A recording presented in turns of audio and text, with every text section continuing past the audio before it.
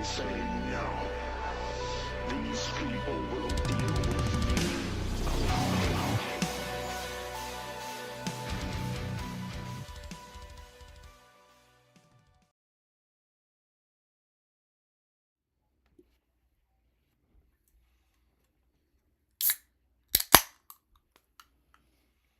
You hear that, Bill? It's back. Because I went out and got one just for tonight. It's kind of fitting that this one has some American flags on it. So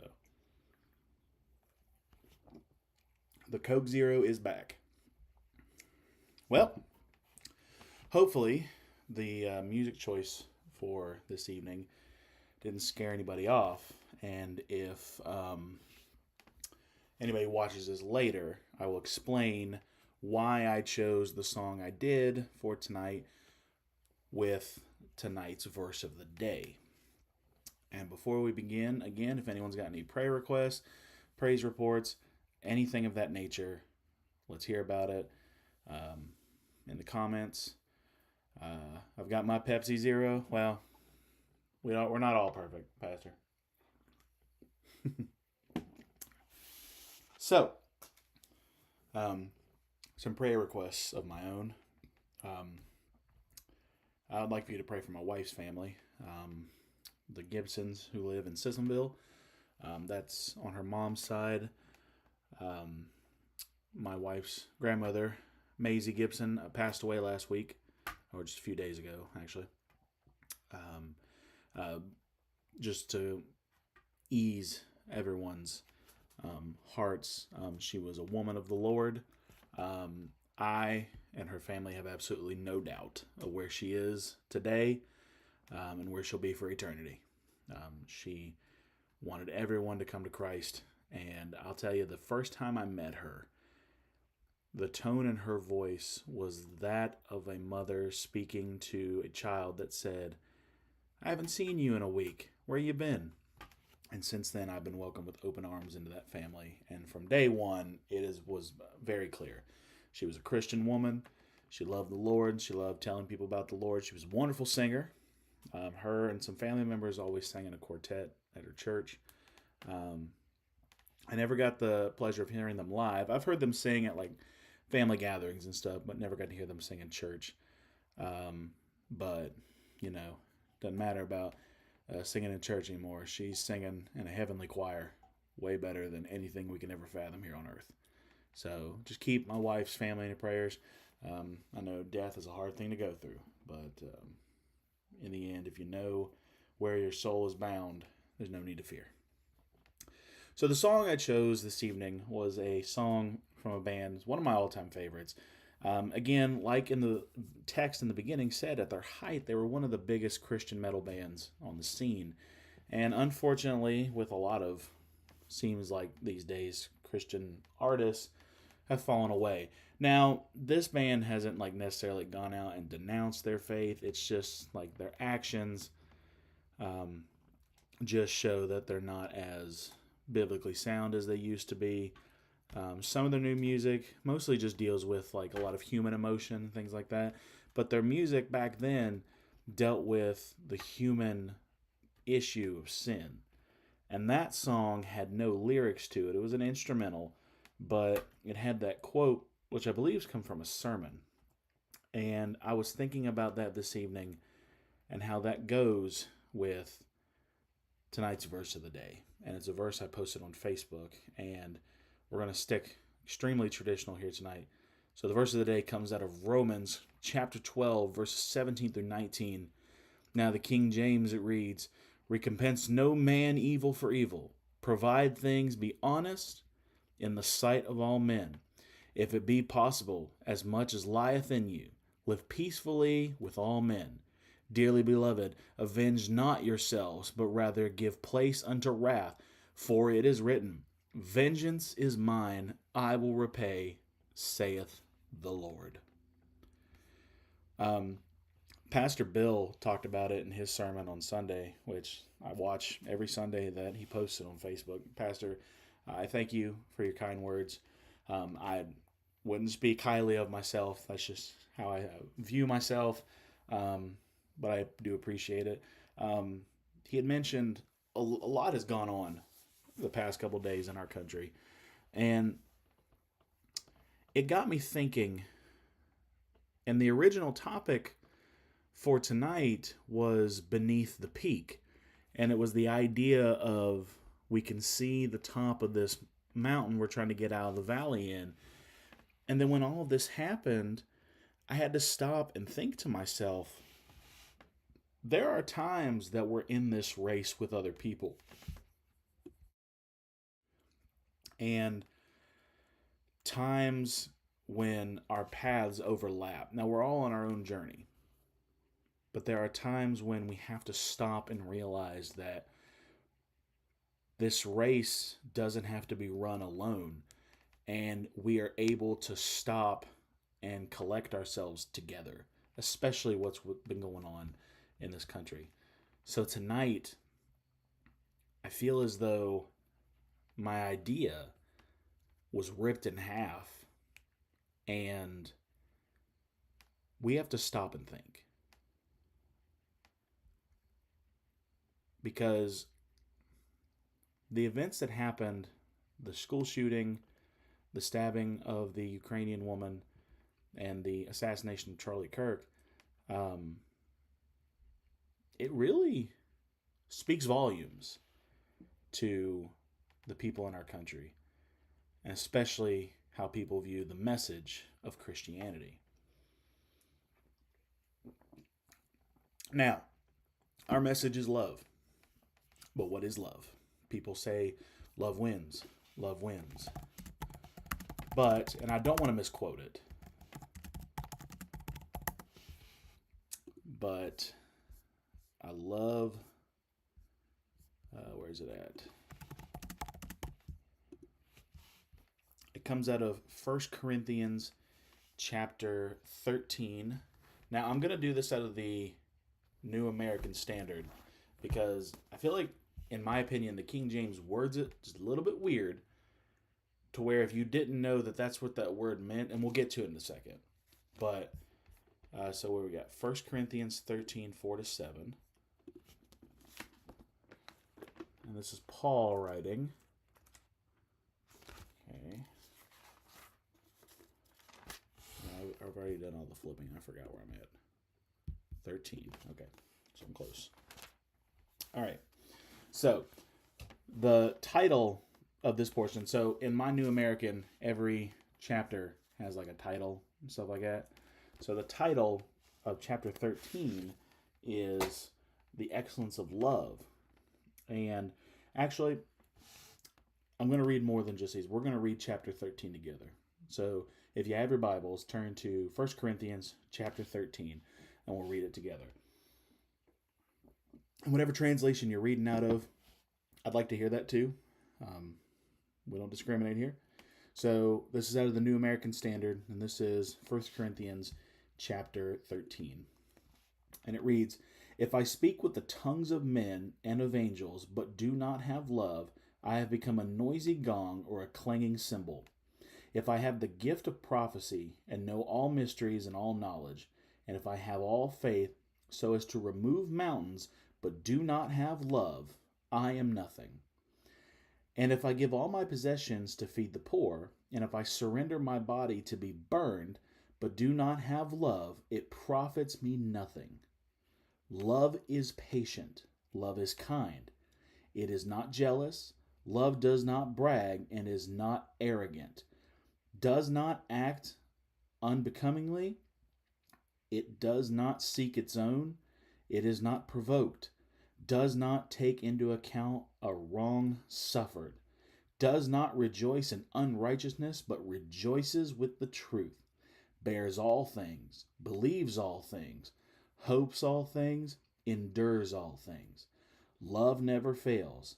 But if there are gifts of prophecy, they will be done away. If there are tongues, they will cease. If there is knowledge, it will be done away.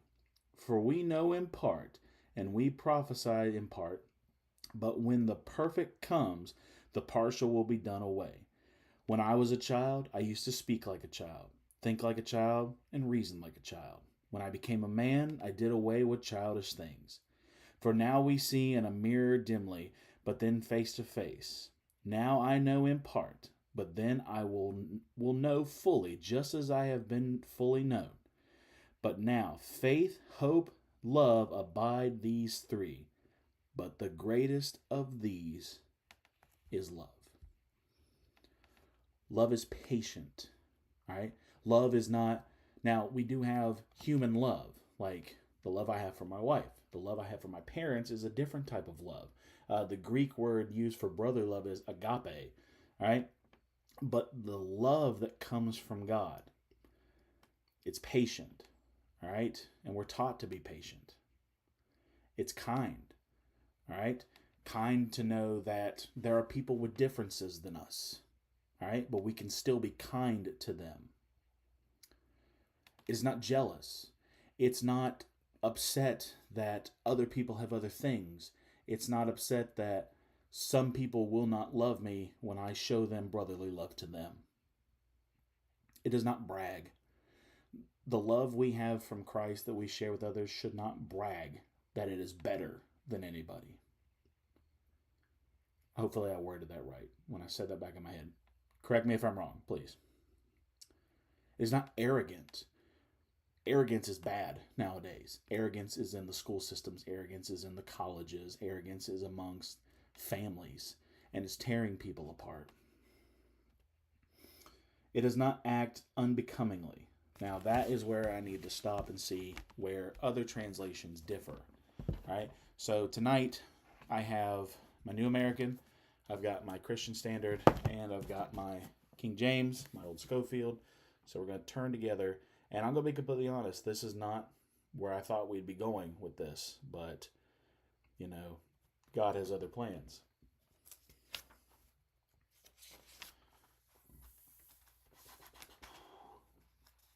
Okay. So there's King James. And let's get... And Pastor Bill, I know you're watching. I don't know who else is, but please chime in. So that word unbecomingly, that's verse 5. That's in the New American. In the King James, doth not have itself unseemingly seeketh, does not behave itself unseemingly, seeketh not her own, is not easily provoked. Okay. And the Christian Standard reads, is not rude. Okay. So that word means rude. Okay. Love is not rude. All right. I often hear that, Jesus is not going to force himself to you. All right. He stands waiting at the door knocking, and you have to answer. All right. But if you don't answer, he's not going to barge in. Love is not going to impose itself on you. Love will present itself, but you have to accept it. The same way that Christ gives you this freedom to repent, and you can choose to ignore it. And a lot of churches today are turning from that wording, repent. All right, they don't like it. Move this out of the way. See a comment from Pastor Bill. Okay, the Living Bible at the end of the verse 12. Now all that I know is hazy and blurred, but then I will see everything clearly, just as clearly as God sees into my heart right now. Wow. Whew. That's powerful right there. Love it. We'll get to that one in a minute, Pastor. So unbecomingly, it's not rude. It does not seek its own. It's not provoked. Love is not going to... It's not going to argue. Love is not going to argue. And you're not going to stir it up. You're not going to make it angry because it's love. It does not brag. It is not arrogant. I already got into that. Where did I lost my spike? It does not take into account wrong suffered. Or this one. It is not easily provoked. Thinketh no evil. Did I read that one? Yeah. Does not rejoice in unrighteousness, but rejoices with the truth. What is the truth? Truth is Christ. All right. It bears all things. So when you accept love, the love of God, it will bear all things with you.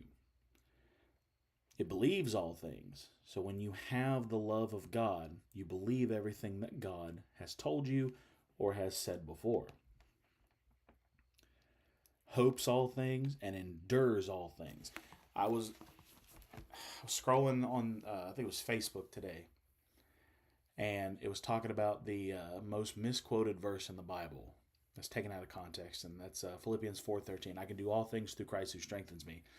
But when we read into context what the verse is saying, we're trying to get to a mountaintop right now. Paul wrote that from a prison cell, bottom of the bottom. And back then, prison cells were reserved for the worst. I think, now there may be a translation that translates it like this. Pastor Bill, you can probably tell me what the Living Bible says, or why don't I just do it myself? Because I've got my copy right here. But the reason I bring that up is it should read, I can endure all things through Christ who strengthens me. No matter the situation I'm in, I'm already in it. But through Christ, I can get through it. And whenever and wherever the truth is spoken, evil will oppose it mightily. Yes, and evil hates the truth. And evil despises the truth. And again, I'm not trying to get too preachy up. I don't know if these are my markings or not. This was not my Bible. I bought this secondhand out of a old thrift store in Pocahontas County. I'm trying to find Philippians, Ephesians. Here we go. All these people, whoever had this before me. Okay, so the Living Bible in Philippians 4:13. For I can do everything God asks me with the help of Christ who gives me the strength and power. Okay. Now again, this is definitely not my highlighting system. Whoever owned this Bible before me did it. I think their name is written in it somewhere.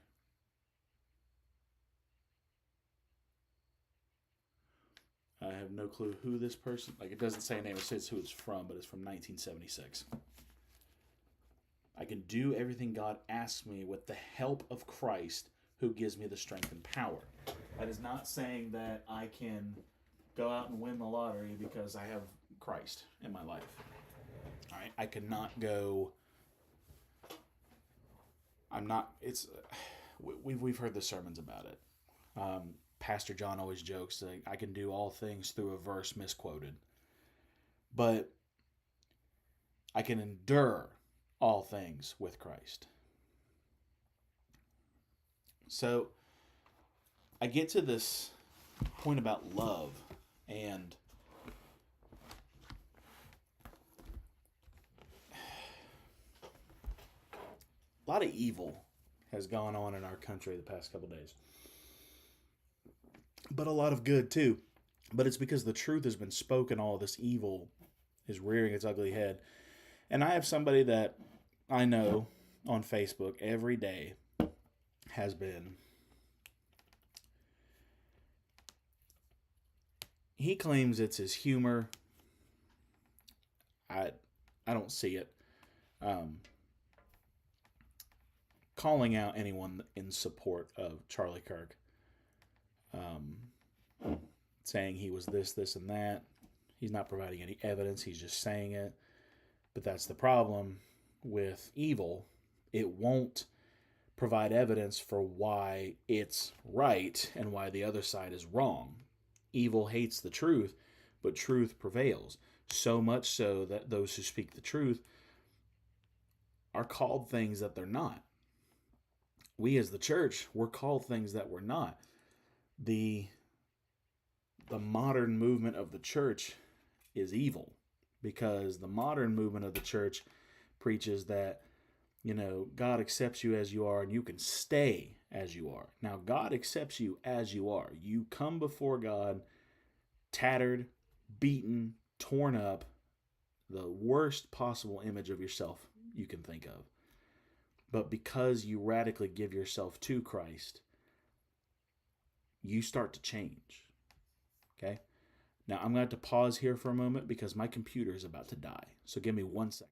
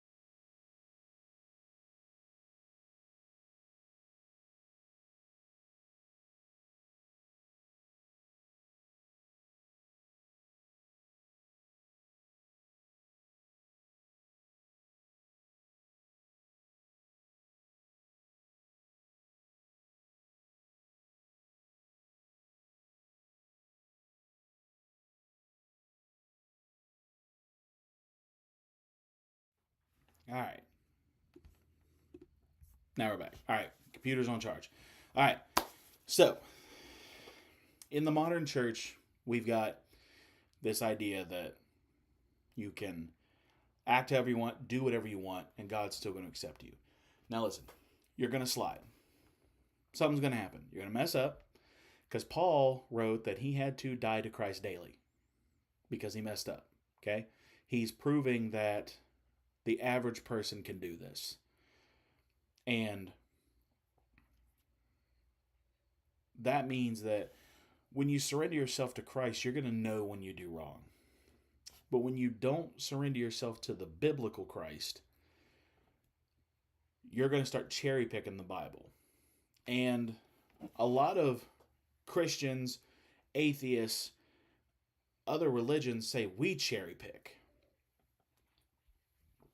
Meaning we don't acknowledge the contradictions or the evils within our own scriptures. When in reality, they've cherry picked those verses and didn't read anything around them. There's a lot of things that the church, not every church, I know almost every church that I have been associated with preaches against this stuff. All right. But sin is sin. And it's evil. It's enticing, or else it wouldn't be sin. It's evil. But there are people out there that seem to think that Christians prioritize which sin is worse, when in reality, it's just that what it is. It's sin. The Ten Commandments lays out, and we've been doing this in church. We just ended the Ten Commandments. And if we go to Exodus 20, we can lay out exactly, if we were to apply all of the Ten Commandments to our lives, we would see improvement. All right, so turn to Exodus 20.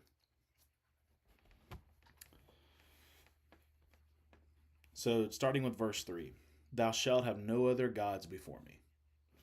Plain and simple. If you have accepted that God is God, then you will not worship anything that you would consider a god. Will says, even in my own life, I have noticed that whenever I am feeling empowered by the hope and truth of the gospel, things go wrong. Car starts to have problems, things break, you name it, it shows up. I feel you, Will. And I'll be honest, one of the things that got me down in that valley, this was not what put me in the valley. This is what was like that, like stomping in, you're down here. My car started having problems. But I'm grateful to God that I have a job that pays me money, that I can use that to fix it. All right. I give thanks to him. If it wasn't for him, I would not be where I'm at. And that's why I worship no other gods but him. Commandment number 2, thou shalt not make unto thee any graven image or any likeness of anything that is in heaven above or that is in the earth beneath, for that is the water under the earth. We do not carve a graven image. We do not worship an idol. It would be like, so when I was a kid, when Moses comes out up top of Mount Sinai here and he smashes the tablets because he sees the Israelites worshiping a golden calf, I often thought they're just like, oh, well, we're just going to go back to worshiping Egyptian gods. But I read somewhere that they believed in this god because they could see what's going on top of the mountain, but they're upset because they can't see what's going on behind the clouds. So they erect an image of this golden calf to represent their god because that's what they were used to. That's still wrong, but they're like, oh, we'll just bring these customs with us. Unbeknowing that the second commandment forbids that because you're worshiping a false idol.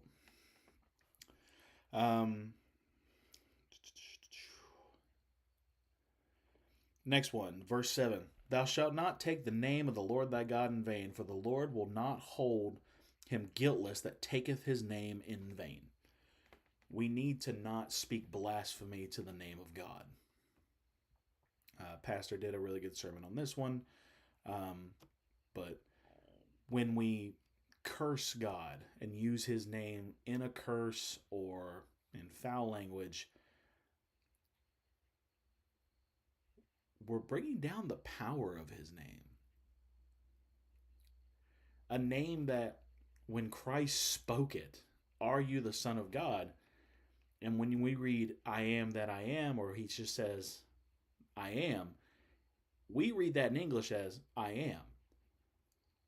But in the original languages, he would have said God's personal name that God commanded Moses to speak to the elders. He spoke Yahweh.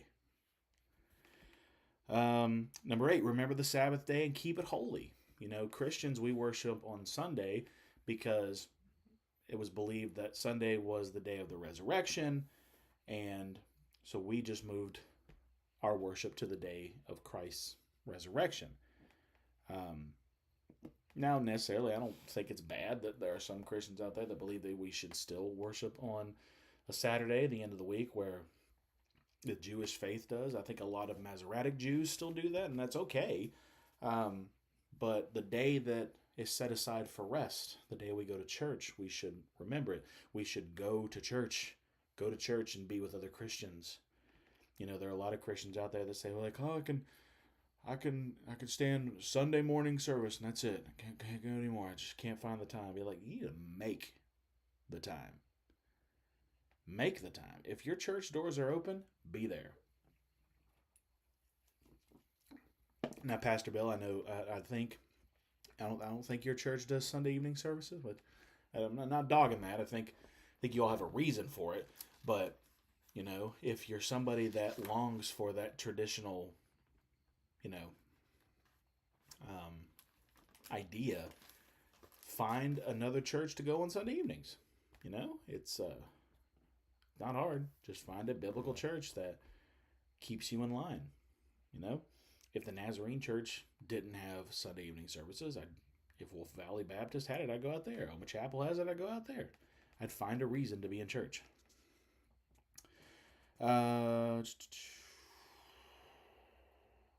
Honor thy father and thy mother, that thy days may be long and upon the land which the Lord God giveth thee. That is something that plagues us today. And Charlie Kirk always preached it with when it comes to traditional marriage. First off, the Bible's clear on marriage. And anyone that sits there and claims otherwise, so we call that eisegesis. So there's two different ways to read into the Bible. Exegesis, which my brother-in-law Caleb still doesn't believe is a real word. Exegesis means taking what the text says and bringing it out, right? Eisegesis is taking something that's not in the text and reading it in there, finding similarities or parallels that do not belong. I did see one about Naomi and Ruth. I think it's Ruth. Yeah. And it put them in this very sinful relationship. They're just like, no, this, like, look at her words that she uses. She's in a love relationship with her. And we're just like, no, that's not it. That's an eisegesis, was reading into something with a 21st century view too. First of all, you go to Oma Chapel Navy? Okay, there you go. I'm sorry, I just saw that. But back to my point. First of all, we need to stop reading this with a 21st century view. This is not a 21st century book. Okay? This was a book composed over a 1,500-year time period of the ancient creation of the earth, ancient stories and accounts that were passed down orally throughout the generations. It's not until you get to, like, fun fact, most scholars believe that the book of Job actually takes place somewhere smack dab in the middle of Genesis. Now, some argue, is it a pre or post flood story? We don't know. But you're looking at somewhere around after Daniel when this was finally written down. You know? And we're lucky enough to have all of this. And I think it's from the book of Daniel on that archaeology and the Bible almost line completely up together permanently. This is not a 21st century book, all right? This is a book that has, one, stood the test of time. You know, we always say that, for example, you know, I love listening to Pink Floyd, right? And this album right here, their album, The Dark Side of the Moon, has withstood the test of time, all right? It is a classic. But that was made in the 70s. This was, it tells stories from 4000 BC to the 1st century AD. That's a long time. And it's still being read today. We need to stop putting our 21st century mentality into a book inspired by a God, the God, that is outside of the 21st century. You're talking about a God that has seen the 22nd, the 23rd. You're talking about a God that was there from the before creation was even spoken into existence. The Trinity was at work. And we've got it right here. That's the problem with a lot of Christians today, is they want to ignore the divinity of God. He's God. He's outside of time and space because he created it. So, your favorite band? Hey, listen. I love me some Pink Floyd. All right. I genuinely don't know what truly just got me into them, but over the past couple of years, like I'm going to go on a rant, but I've got Dark Side of the Moon, I've got The Wall, Wish You Were Here, a lot of them. So I do love me some Pink Floyd, but on another note,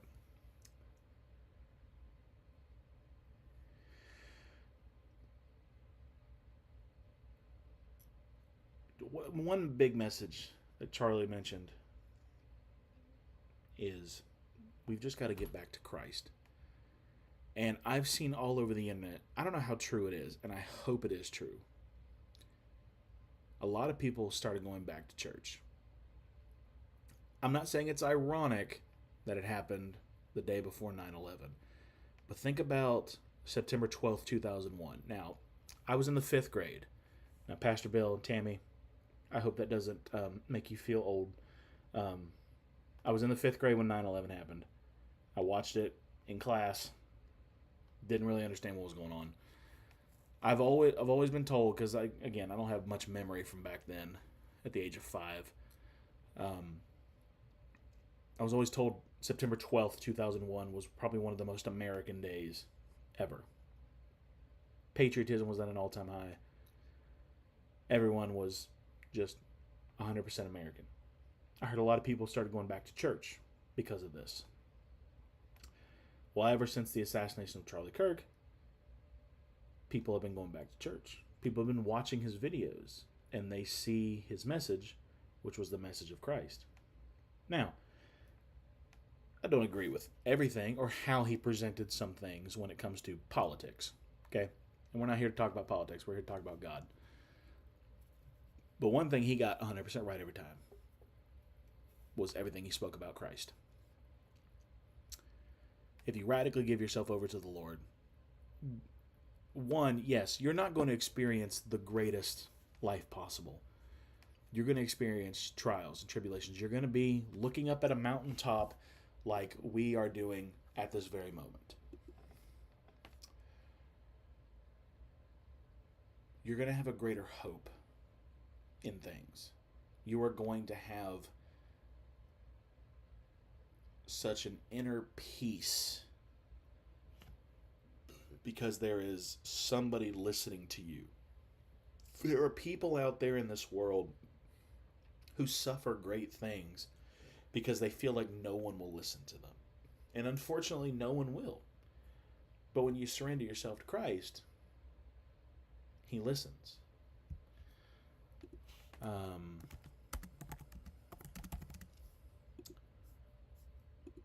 Let me see if it's this hymn that's the lyrics. No.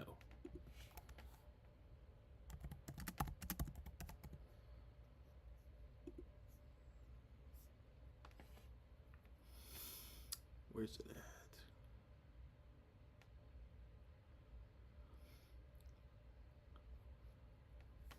Tell me if you know where this Jesus said, if the world hates you, remember it hated me first. Absolutely. Tell me if you guys know what hymn this is. Well, I may have doubts and fears, my eyes be filled with tears. Jesus is a friend who watches day and night. I go to him in prayer. He knows my every care. Can you finish it right there? I'll give you a second.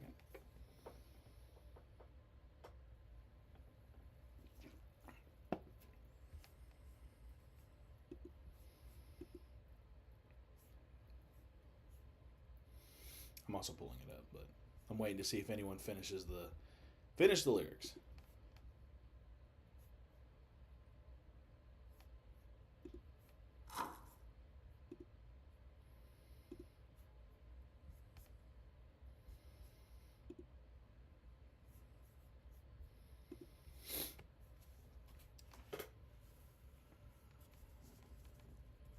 I also forget there's like a 15 to 20 second delay. So, waiting to see if anyone finishes that lyric. So if you've typed it and I am not reading it, know I'm waiting for it to pop up. Because what I say takes a moment to reach you. But yes, if the world hates you, and that comes from John 15:18. So let's go over to King James. And just a little talk with Jesus makes it right. There it is. So John 15. Oh, way in the back. The book of John has the most wear in this Bible, which is good. It's a really good book. Okay, that's where we left off. 14, verse 15, and verse 18. If the world hate you, ye know it hated me before it hated you. If ye were of the world would love his own. But because ye are not of the world, but I have chosen you out of the world, therefore the world hateth you. When you're of Christ, the world's going to hate you. Let it. Because it's absolutely just gorgeous.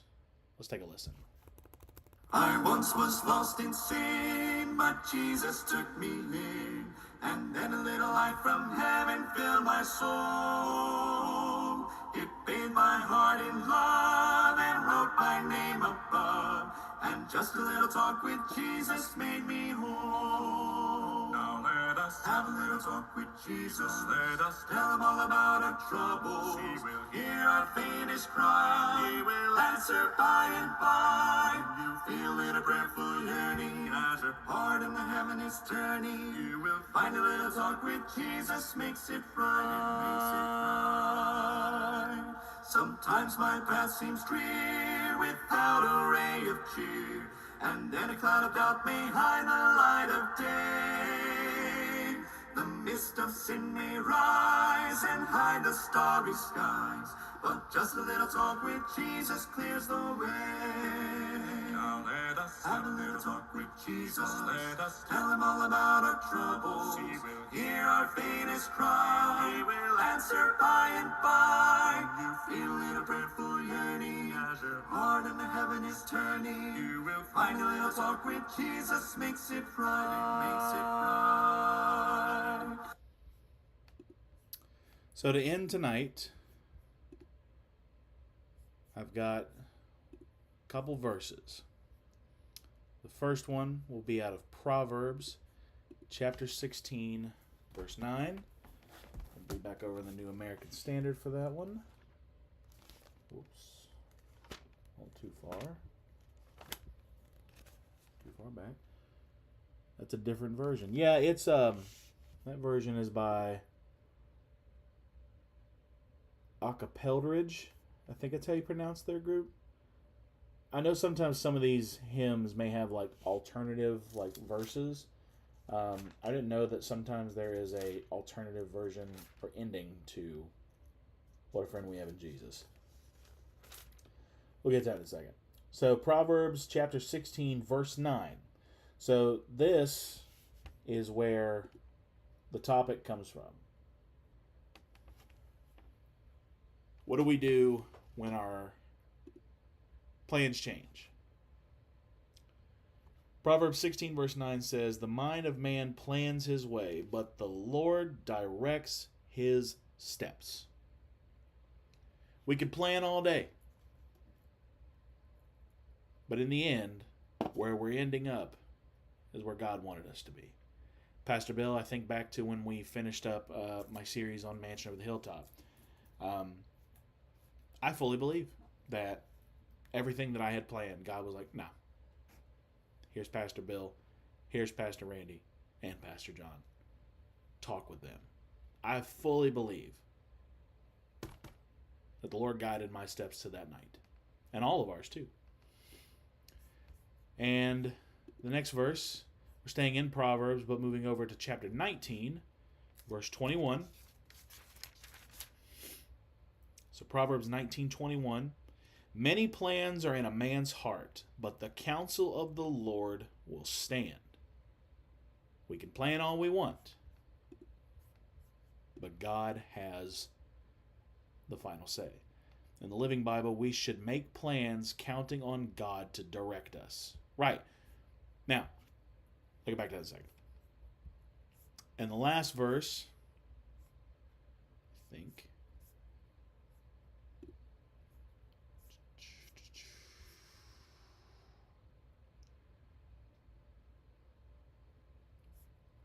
Where's it at? Yeah. Psalms 34, verse 8. And I can quote this one. I love Psalms 34, verse 8. But I'm still going to bring it up.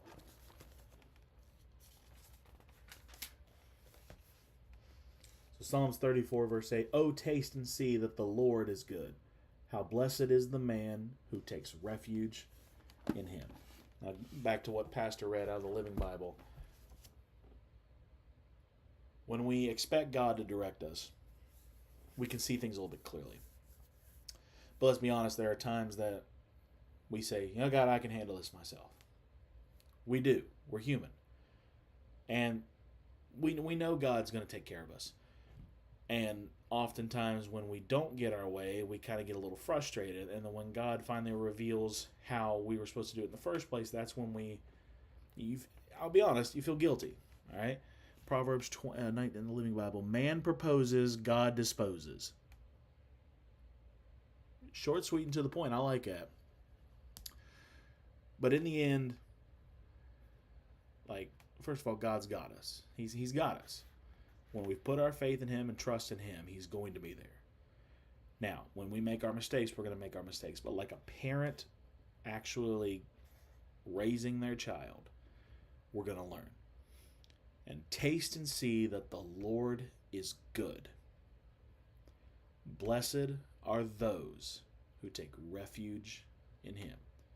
Jesus said, "Come to me, all you who are weary and heavy laden, and I shall give you rest.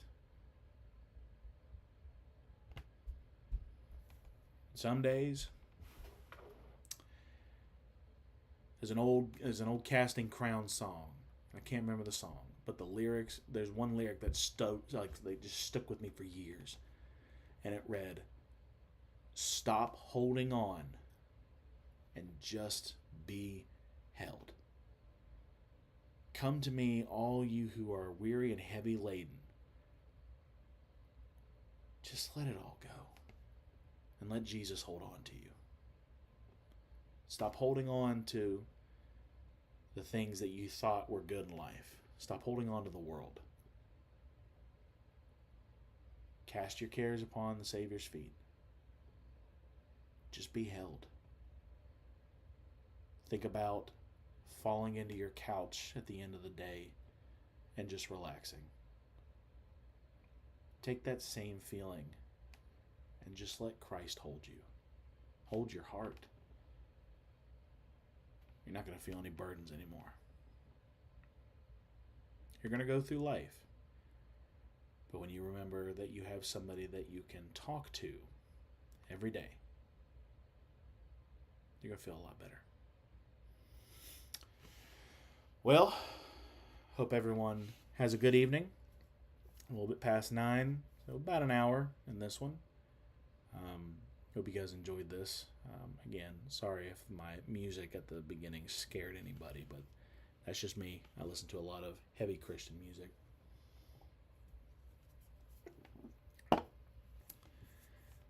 But I'm glad you guys continue to show up. I'm sorry that sometimes we may have to skip a Tuesday, depending on what I have to do for band at Sissonville, but we're doing good, and God definitely has us. Love you so much. Pastor Bill, Tammy, I love you guys. Will, I know you're watching. I love you too, man. You're a really good friend. When we surround ourselves with godly people of Christ, things just seem so much better. Now, we're going to be surrounded by people who don't love Christ, and they will mock us for it too. But at the end of the day, I know I've got people I can talk to. Will and I talk scripture all the time. I message Pastor and Tammy. Pastor, one of these days I'm going to come out to a Sunday morning service at your church. Yeah. So I care about every single one of you. I'm thankful for every single one of you. Thank you that you still choose to listen to someone like me. Come on here. But love you all. Thank you all. And hopefully we'll see you guys next week. Later. I may have doubts and fears, my eyes be filled with tears, but Jesus is a friend who watches day and night.